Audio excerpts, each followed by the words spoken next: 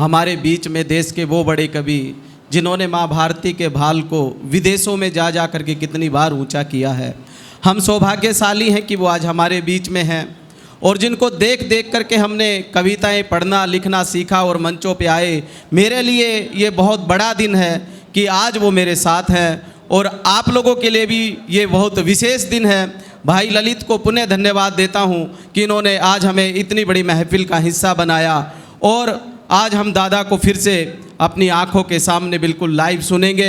आदरणीय महेंद्र दादा को आमंत्रित करता हूं, उनके लिए आप जोरदार तालियां बजाएं और ठाकों की महफिल में आपकी यात्रा कराएंगे आदरणीय महेंद्र दादा। आप सभी को प्रणाम करता हूं, मंच पर उपस्थित अपने सभी कवि मित्रों को प्रणाम करता हूं, माँ सरस्वती को प्रणाम करता हूं, इस पावन भूमि को प्रणाम करता हूं और आप सबसे निवेदन करता हूं मेरे स्वागत में दोबारा जोरदार तालियां बजाएं। बिल्कुल, जय हो। मंच पे आसीन कवियों से भी निवेदन है कि ताली बजा दे एक बार दादा के लिए जोरदार। तालियां इसलिए बजवा रहा हूं क्योंकि बाद में भरोसा नहीं। एक दो छोटी छोटी कविताएं मैं भी आपको सुनाऊंगा, पसंद आएंगी ठीक है, नहीं तो 3-4 और सुनाऊंगा। क्या बात है दादा, बहुत मन से आप लोग सुन रहे हैं। इतनी भव्य टीम यहाँ पर बैठी हुई है। मेरे भाई मंजुल मयंक जी 20 साल बाद आज मुझे वापस मिले हैं। मैं बहुत प्रसन्न हूँ, उन्हें सुनकर भी उन्हें देखकर भी। प्रणाम करता हूँ उनको। और मेरे सभी छोटे भाइयों ने बहुत बहुत बढ़िया काव्य पाठ किया। नरकंकाल तक ने बहुत बढ़िया काव्य पाठ किया। क्या बात है। और इस बिटिया के लिए तो एक बार पुनः तालियां आपकी आनी चाहिए। बहुत खूब। मैं बहुत शुभाशीष देता हूं कि ये आगे बढ़े तो बहुत बहुत जो कविता तिवारी जहां पहुंची है उससे भी आगे की स्थिति में बिल्कुल मैं बिल्कुल। इस बच्ची को आशीर्वाद देता हूं। उन्नति भारद्वाज के लिए पुनः तालियां बजाएं। बहुत सारी वीर रस की कविताएं हो गई, बहुत जोश भरा माहौल है। इन्होंने तो बहुत अच्छा पढ़ा है सभी ने, वरना कभी कभी वीर रस का ऐसा कवि आ जाता है, इतनी जोर से चीखता है लोग घबरा के ताली बजा जाते हैं। क्या बात है दादा। मैं बता रहा हूँ, पिछले दिनों एक कवि को सुन रहा था, आते ही चिल्लाया, मैं पत्थर को पाषाण बना सकता हूँ। मैं सोचने लगा यार पत्थर और पाषाण तो एक ही चीज़ है, ये बना क्या सकता है? लेकिन जोर जोर से बोल रहा था, मैं पत्थर को पाषाण बना सकता हूँ, मैं मानव को इंसान बना सकता हूँ। जय हो दादा। मैं मरघट को शमशान बना सकता हूँ, मैं ईश्वर को भगवान बना सकता हूँ। जिंदाबाद। अच्छा, ऐसे ही ताली बज गई जैसा आपने बजाई। कविता में कोई बात नहीं भाई साहब। एक और कवि को सुन रहा था, पहली लाइन दूसरी लाइन से मेल नहीं खा रही थी, आते ही चिल्लाया, खाली खाली डीजल टंकी तेल चाहिए। मैंने कहा यार ये कौन सी वीर रस की पंक्ति जिसमें से तेल की जरूरत पड़ गई। मैंने दूसरी पंक्ति सुनी, बहुत देर तक हंसा। बोले खाली खाली डीजल टंकी तेल चाहिए, आज मेरे देश को पटेल चाहिए। क्या बात है। मैं बहुत देर तक सोचता रहा यार ये तेल का पटेल जी से क्या लेना देना। हाँ। लेकिन उसको पता था कि पटेल जी के नाम पे ताली मिलेगी, इसलिए ज़बरदस्ती तेल लेके आए। जिंदाबाद। तो ऐसे ऐसे कवि सुनने को मिल जाते हैं, लेकिन बहुत बढ़िया सभी ने पढ़ा है। मैं ज़्यादा कुछ तो नहीं कहूँगा। अच्छा, ये तो बहुत हमारी सेना ने इतना बड़ा काम किया है, हम सेना को सारे के सारे लोग सैल्यूट करते हैं। बिल्कुल। कि उन्होंने उन परिस्थितियों में किस तरह से हमारे मिसाइलों ने उनके हवाई अड्डे तबाह किए। हालांकि सेना से भी ज़्यादा तबाह तो चैनल वालों ने कर दिए। एक 7 तारीख की रात को भाई साहब, मैं बता रहा हूँ, मैं रात को सो के उठता था, हर आधे घंटे बाद आँख खुलती थी, तब तक कराची पे कब्जा हो चुका था। ये सारे चैनल वाले हमारे वीर रस के कवियों से भी आगे निकल गए। बहुत खूब। हाँ, मैं तो सोच रहा सुबह तक तो पाकिस्तान का ये जो अधिकृत कश्मीर है वो तो भारत में मिल ही जाएगा। मैं तो खुशी खुशी सो गया, सुबह उठ के देखा तो वही की वही खबरें। लेकिन चैनल वालों का अपना काम है, उन्हें अपनी टीआरपी देखनी है, इसमें हम क्या कर सकते हैं। एक कविता विशेष आपको सुना रहा हूँ। अच्छा, हमारी देशभक्ति भी ऐसी है जो पाकिस्तान के अलावा और किसी देश के खिलाफ जागती नहीं है। मेरे एक दोस्त हैं, स्वर्गीय हैं, हो गए, हाँ हाँ, भाई सुरेंद्र दुबे, उन्होंने बहुत बढ़िया बात कही एक दिन। बोले यार, अगर ये पाकिस्तान नहीं होता तो हम लोग देशभक्त भी होते कि नहीं होते। बिल्कुल। जय हो दादा। ताली वाली बजा के ऊर्जा पैदा करो सदन में। वाह वाह दादा। हालांकि एक दोस्त, दूसरे दोस्त ने उससे भी बड़ी बात कह दी। बोले अगर हम वाकई में सच्चे देशभक्त होते तो आज ये पाकिस्तान नहीं होता। क्या बात है, जिंदाबाद। जय हो दादा। एक मुझे बहुत पुरानी कविता याद आ रही है। जिन दिनों कारगिल में युद्ध छिड़ा हुआ था, वो जनता में बहुत जोश आ जाता, युद्ध होता तो जनता में जोश आ जाता है। आप में भी आया होगा, सब में आया होगा, इस उम्र में भी जोश आया होगा। अच्छा, जनता है, जोश में युद्ध लड़ने तो जाएगी नहीं। हाँ, वो जोश कहाँ निकालेगी। मेरे मोहल्ले वालों को भी आया, तो उन्होंने सोचा ऐसा करते हैं, एक वीर रस का कवि सम्मेलन करवाते हैं। जोश जोश में वीर रस का कवि सम्मेलन घोषित कर दिया अपने मोहल्ले में। अब वीर रस के कवि जितने अच्छे कवि थे वो ये सारे के सारे बिजी मिले नहीं उन्हें। तो पता नहीं कहाँ से 50-60 कवि पकड़ के लाए।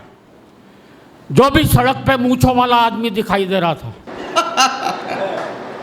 उससे कह रहे थे यार तू वीर रस का लग रहा है, आजा मंच पे बैठ जा। मैं उस कवि सम्मेलन को सुनकर आया, मेरी एक हास्य रस की कविता बन गई। किसी पर कोई कटाक्ष नहीं है, स्वागत। एक बहुत सहज सी कविता आप तक पहुंचा रहा हूँ। एक बार तालियां बजाकर मन दे। स्वागत है। वरना पाकिस्तान के लिए तो ऐसी ऐसी लाइनें लिखी हमारे कवियों ने। एक तो इतनी जोर जोर से चीखते हुए बोला, राख लगाकर जीप खींच लो पापी पाकिस्तान की। मैंने उससे पूछ लिया राख लगा के क्यों खींचो। बोले जीभ है, स्लिप कर सकती है। जय हो दादा। तो वीर रस में भी हास्य रस निकल आता है। एक तालियां बजा दें तो मैं शुरू करता हूँ कविता। स्वागत स्वागत। कि कारगिल युद्ध पर वीर रस का कवि सम्मेलन था।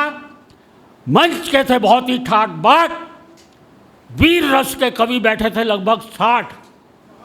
मैं खुश हुआ, 60 कवियों की पूरी प्लाटून। भाई क्या बात है, आज की रात तो पाकिस्तान के लिए कहर की रात है। क्या बात है दादा, जय हो। आज की रात तो पाकिस्तान के लिए कहर की रात है। फिर आशंकित हुआ 60 कवि, वो भी एक ही रस के।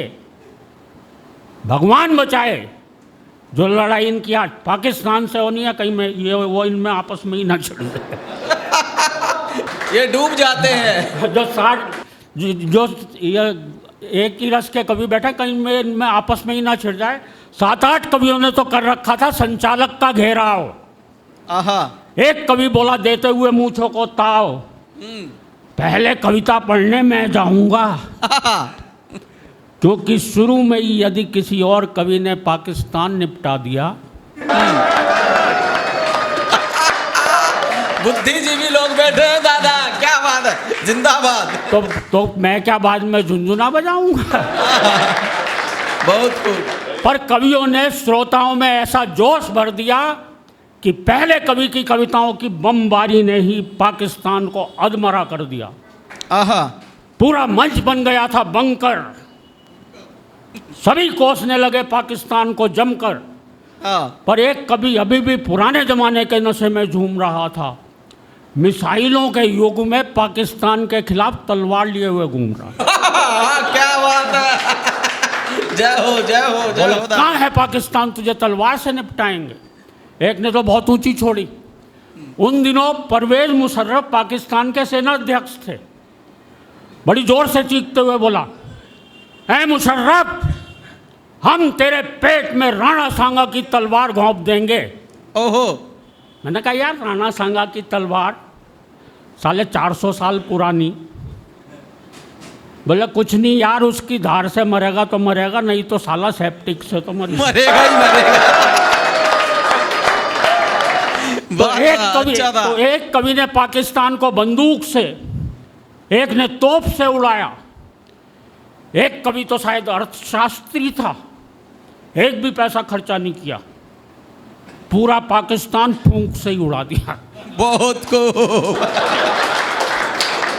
अब जो कवि आया उसने अपना एक हाथ कमर पर लगाया इस तरह से, एक हाथ एक दिशा में उंगली करके उठाया इस तरह से, और जोर से चिल्लाया, सुन ले पाकिस्तान सुन ले, सुन ले पाकिस्तान सुन ले। और अगली पंक्ति पर आप सभी का आशीर्वाद चाहता हूँ।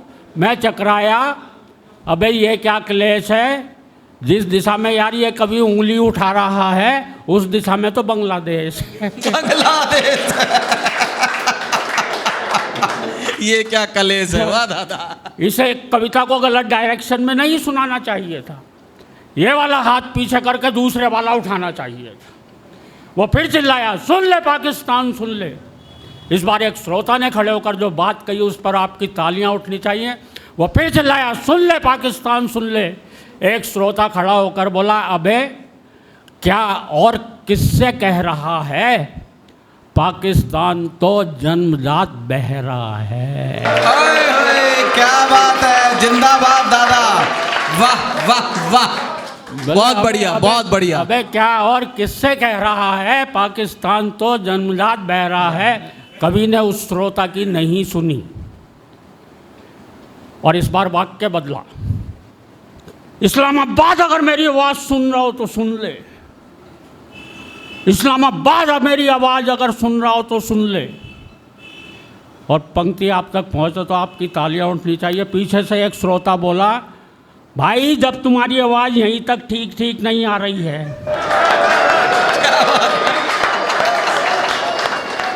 वीर रस का अब जो कवि आया, भाई साहब होगा करीब 15 किलो का। नहीं हंसने की बात नहीं बहन जी, इतना तो तब बता रहा हूँ जब भयंकर सर्दियों का मौसम था। बहुत खूब, जय हो दादा। नरकंकाल को तो मोटा मोटा कह के चिढ़ा रहा था। अच्छा इतना पतला दुबला कवि, तो श्रोताओं में से एक बोला, भाई कौन खड़ा है, दिखाई नहीं पड़ रहा है कौन। इतना पतला दुबला कवि जब कविता पढ़ने आया तो श्रोताओं में से एक बोला, भाई कौन खड़ा है, दिखाई नहीं पड़ रहा है, मुझे तो लगता है माइक खुद ही कविता पढ़ रहा है। वाह बहुत खूब, वाह दादा, बहुत बारीक था, जिंदाबाद। उसकी बगल वाला श्रोता बोला, लगता है तू भी गच्चा खा गया है। अबे कवि तो खड़ा हुआ है लेकिन माइक के डंडे की ओट में आ गया। अद्भुत। ये दिखने में कैसा लगता जरा पता लगाओ। उसके बगल वाला श्रोता बोला, किसी के घर पड़ी हो तो बंदूक उठा लाओ। अच्छा एक श्रोता वाकई में वो किसी के घर पड़ी हो तो दूरबीन उठा लाओ, ये लाइन तो मैं सुना चुका हूँ। खैर अचानक वो कवि बड़ी जोर से थरथराया। श्रोताओं में से एक बोला, लगता है मिर्गी का दौरा आया। एक श्रोता बोला, इसे जूता सूंघाओ। दूसरा बोला, गरम गरम दूध पिलवाओ। और मित्रों फिर आपकी तालियां चाहता हूँ। एक श्रोता बोला, इसे गरम गरम दूध पिलवाओ। तीसरा बोला, बे तू किस टेंशन में है, गौर से इसकी जेब देख, इसका मोबाइल फोन वाइब्रेशन में। वाह वाह वाह वाह वाह, अद्भुत दादा, बहुत बढ़िया, जिंदाबाद। अच्छा वीर रस का अब जो कवि आया वो रामलीला वाले अंदाज में आया। जितना वो अपनी कविता में पाकिस्तान की तरफ बढ़ता जा रहा था उतना ही माइक से पीछे हटता जा रहा। आते ही चिल्लाया, अब की बार युद्ध हुआ तो हम झंडा फहराएंगे सीधे इस्लामाबाद पर। इस तरह से कई कवियों के हाथ हवा में जोर जोर से लहराए और उन्होंने क्रमशः लाहौर, कराची, सियालकोट, सरगोदा, हड़प्पा, गिलगित, मुल्तान तक में झंडे फहराए। बहुत खूब दादा। और आप सबकी तालियां उठनी चाहिए। और 1 घंटे में श्रोताओं में पहला ऐसा जज्बा कर दिया कि मंच से ही 5 कवियों ने पाकिस्तान के 47 शहरों पर कब्जा कर लिया। जैसे टीवी चैनल वालों ने किया। ऐसे कब्जा कर रहे थे जैसे सारे प्रॉपर्टी डीलर बैठे हुए बोले। अब अगले कवि की घबरा रही थी आत्मा, क्योंकि 5 कवि अब तक कर चुके थे पाकिस्तान का खात्मा। फिर वो मेरे पास आया, मुझसे बोला, यार अजनबी क्या करूं, कहाँ जाऊं, इन कवियों ने पाकिस्तान का एक भी शहर नहीं छोड़ा है। अब उसे बाकी शहरों के नाम याद नहीं थे। क्या करूं, कहाँ जाऊं, इन कवियों ने पाकिस्तान का एक भी शहर नहीं छोड़ा है, मैं झंडा कहाँ फहराऊं। बहुत बढ़िया, बहुत बारीक बात है वो दादा। मैंने कहा फिर तू ऐसा कर जा, सीधे अफगानिस्तान पे चढ़ जा। वही बचा है। अच्छा, उन दिनों की स्थिति देखिए। बोला नहीं यार, वहाँ तो आजकल अमेरिका बम फेंक रहा। मैंने कहा फिर उसका आगे ईरान है, वहाँ तेहरान निकल जा, तेरा क्या जा रहा, वहाँ फहरा दे। वो बोला तेहरान तो क्या, उसके आगे इराक है, वहाँ बगदाद, उसके आगे सीरिया है, वहाँ दमिश्क। एक बार मेरे भौगोलिक ज्ञान पे तालियां बजती हैं। जी जी जी जी। उसके आगे सीरिया है, वहाँ दमिश्क तक मैं झंडा फहरा दूं। पर यार शहर दमिश्क, ऐसे नाम पे श्रोता ताली ही नहीं बजाते, ये है सबसे बड़ा रिस्क। मैंने कहा फिर तू ऐसा कर ले, या तो राइट टर्न लेके चीन की तरफ निकल ले, अद्भुत, या फिर यू टर्न लेके वापस मंच पे आ जा। भाई यहीं से तो तू टेक ऑफ करेगा। कविता समाप्त हो गई, तालियां बजा दीजिए। बहुत बहुत जय श्री राम। एक बार तालियां बजा दे। बड़े दिनों बाद आप जैसे वरिष्ठ जनों के बीच आने का मौका मिला, और पहली बार आपके बीच में आया हूं मैं। दादा भूत वाली सुना दो। मैं वही कविता सुनाना चाह रहा हूँ। मैंने हास्य व्यंग में तरह तरह के प्रयोग किए हैं। मैं आपको एक, अभी तो ये तो अच्छा हुआ कोरोना की, हालांकि बार बार आहट होती है बार बार आने की, लेकिन अब उतनी घातक स्थिति नहीं है, क्योंकि हमारे वैज्ञानिकों ने दुनिया भर के वैक्सीन हमारे लग चुकी है। हमारी स्थिति अब वो नहीं है कि हम 4 लोग साथ ना बैठ सकें, वरना क्या स्थिति हो गई थी। हम तो भाई साहब 2 साल तक घर पे बैठे रहे, खाली बैठे थे, भरे बैठे थे। भरे इसलिए बैठे थे क्योंकि खाली बैठे थे। किस तरह से हमने वो लॉकडाउन में दिन गुजारे हैं भाई साहब, आपने भी गुजारे होंगे वो लॉकडाउन के दिन। मैंने 2 पंक्तियां उस पर लिखी थी, कोरोना को लानत देते हुए पंक्तियां लिखी थी कि ऐ कोरोना क्या कशीदा पढ़ूं मैं तेरी शान में, ऐ कोरोना क्या कशीदा पढ़ूं मैं तेरी शान में, पूरे 2 साल गुजार दिए थे निक्कर और बनियान में। क्या बात है, वाह, मन दीजिएगा, वाह दादा वाह। क्या क्या नहीं देखना पड़ा भाई साहब, झाड़ू पोछा पता नहीं क्या क्या करना पड़ा घर में। तब जाके हमें ज्ञान हुआ कि झाड़ू लगाते हुए आदमी आगे जाता है, पोछा लगाते हुए आदमी पीछे जाता है। वाह दादा, हाँ, ये ज्ञान प्राप्त हुआ। बहुत बारीक ज्ञान था। तो मैं वो कविता आपको सुनाना, हाँ टेक्निकल ज्ञान है। हाँ। अब मैं जो वो कविता सुनाना चाह रहा हूँ, मैंने हास्य व्यंग में तरह तरह के प्रयोग किए हैं। मैं आपको एक हास्य, मेरी बहुत पुरानी कविता है, मैं आपको मन दीजिएगा, बहुत जबरदस्त कविता है, जिस कविता को सुन के मैं कवि बना। जी दादा स्वागत। मैंने ये हास्य रस की डरावनी कविता है। डरावनी इसलिए है क्योंकि मेरी इस कविता में भूत प्रेत हैं। अब भूत प्रेत होते हैं या नहीं होते हैं ये तो अलग बात है, लेकिन जब से मैंने खुद को आईने में देखा है, बहुत बारीक है, समझिएगा। मैंने पहले कहा मन दीजिएगा, तब से मुझे भी विश्वास होने लगा है कि कुछ ना कुछ तो होता ही है। वाह वाह दादा। मुझे भूतों के बारे में घटना ध्यान आ रही है। एक आदमी को पता चला पड़ोस वाले गांव में भूत रहते हैं। वो आदमी उस गांव में गया, उसने देखा एक आदमी कुएं से पानी खींच रहा है। उसके पास जाके बोला, भैया सुना तुम्हारे गांव में भूत रहते हैं? वो आदमी बोला, भैया मुझे तो पता नहीं, मुझे तो 40 साल हो गए मरे हुए। वाह। अब उस आदमी की क्या हालत हुई होगी, वो तो वहाँ खड़े खड़े ही मर लिया होगा। कविता की शुरुआत देखना कितनी डरावनी है। अंधियारी रात भौंकते कुत्ते। ओहो, नहीं ओहो नहीं, डरावनी कविता, माहौल बनाना पड़ता थोड़ा सा। माहौल बनाना पड़ता। अंधियारी रात भौंकते कुत्ते, सुनसान हवेली, हवेली में कंगूरे, कंगूरों में चमगादड़, मकड़ियों के जाले, नीचे तहखाना, तहखाने में खिड़की जो बरसों से किसी ने नहीं खोली, वहाँ बैठी थी भूतों की एक टोली। डर गए क्या? नहीं डरे तो अब डरोगे। वहाँ बैठी थी भूतों की एक टोली, आपस में बतिया रहे थे, आपस में बतिया रहे थे, आदमियों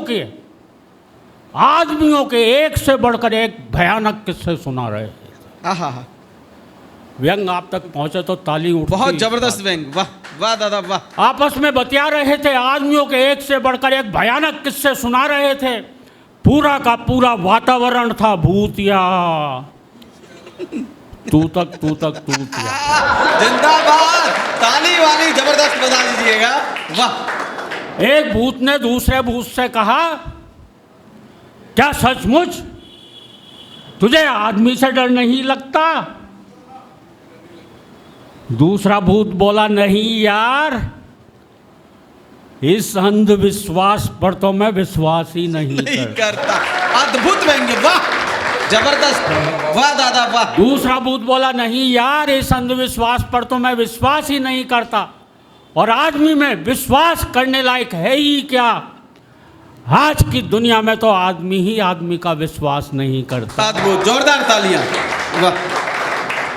आज की दुनिया में तो आदमी ही आदमी का विश्वास नहीं करता, तो मैं क्यों करूं, फालतू फंड में डरूं? दूसरा भूत बोला, नहीं यार, मैं तो बहुत डरता हूं, जब भी घर से बाहर निकलता हूं मन ही मन हनुमान चालीसा जपता हूं। अद्भुत अद्भुत। मैं तो कहता हूं, आदम इंसान नजर नहीं आवे, महावीर जब नाम सुना।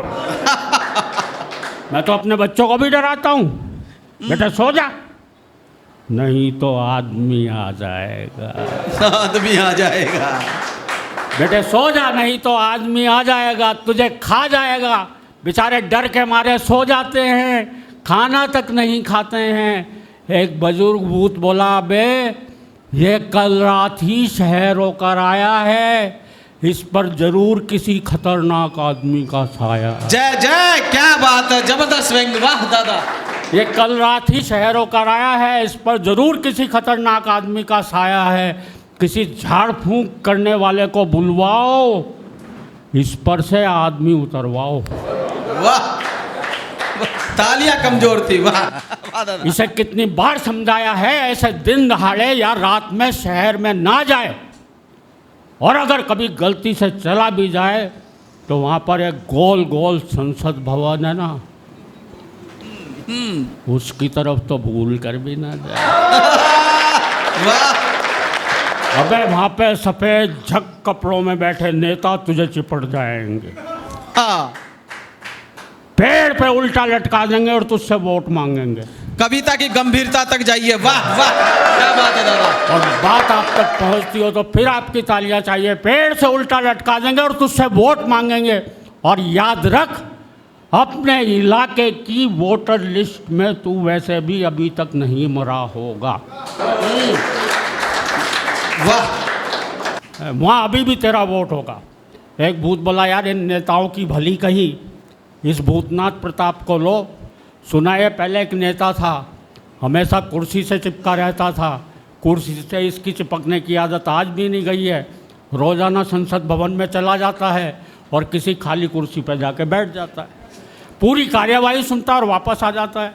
एक भूत बोला, ये जरूर नेता रहा होगा, नो डाउट, पर विपक्ष का रहा होगा, क्योंकि दिन भर चिल्लाता रहता, वॉकआउट वॉकआउट। एक भूत बोला, नेता तो नेता, ये जो खाकी वर्दी वाले हैं ना, इनसे भी बच के रहियो। हाँ। अगर यहाँ पर कोई उपस्थित हो तो भाई साहब मैं क्षमा मांग लेता हूँ पहले। नहीं वैसे भी मैं क्या क्षमा मांगूँ, ये बात तो भूत कह रहे हैं। ये है असली बात। जय दादा। और मित्रों देखना मैंने मुहावरे का प्रयोग किस तरीके से किया। मंजुल भाई समर्पित है आपको। ये जो खाकी वर्दी वाले ना, इनसे भी बच के रहियो। अगर कभी चिपट गए तो तुझे मारते मारते आदमी बना देंगे। अद्भुत, वाह वाह, जोरदार तालियां, वाह।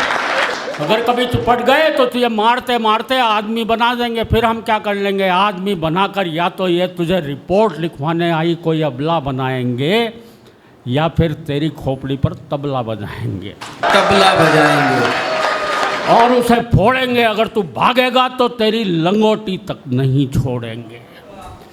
एक भूत बोला, और इन आतंकवादियों से तो कई किलोमीटर दूर रहियो। और ये पंक्ति आप सभी का आशीर्वाद चाहती है। दूसरा भूत बोला, आतंकवादियों से क्यों? वो तो बड़े महान हैं, हम भूतों की संख्या बढ़ाने में उनका बड़ा योगदान है। बहुत बढ़िया, बहुत बढ़िया। एक कमज़ोर दिल वाला भूत बोला, भैया रात बहुत हो गई है। हाँ सुनिएगा। हाँ दादा। अब सो जाओ। आदमी की बातें कर करके मुझे और मत डरा। जिंदाबाद, जिंदाबाद। कई बार तो चक्कर खा चुका हूँ, 2 बार तो डर के मारे बाथरूम जा चुका। एक वरिष्ठ भूत बोला, बे डरपोक, जरा उन आदम बस्तियों के बारे में सोच जो भरी पूरी होने के बावजूद वीरान हैं, जहां आबाद शमशान और कब्रिस्तान हैं, जहां आदमी आदमी से बहुत डरता है, रात में तो क्या दिन में भी घर से बाहर नहीं निकलता है। आज का आदमी तो बहुत बहुत भयावना है, वो तो हम सबसे भी ज़्यादा डरावना है। क्या बात है, क्या बात है। बहुत बहुत धन्यवाद, बहुत बहुत प्रणाम, बहुत बहुत आभार आपका, बहुत बहुत शुभकामनाएं आपको। प्रणाम करता हूँ।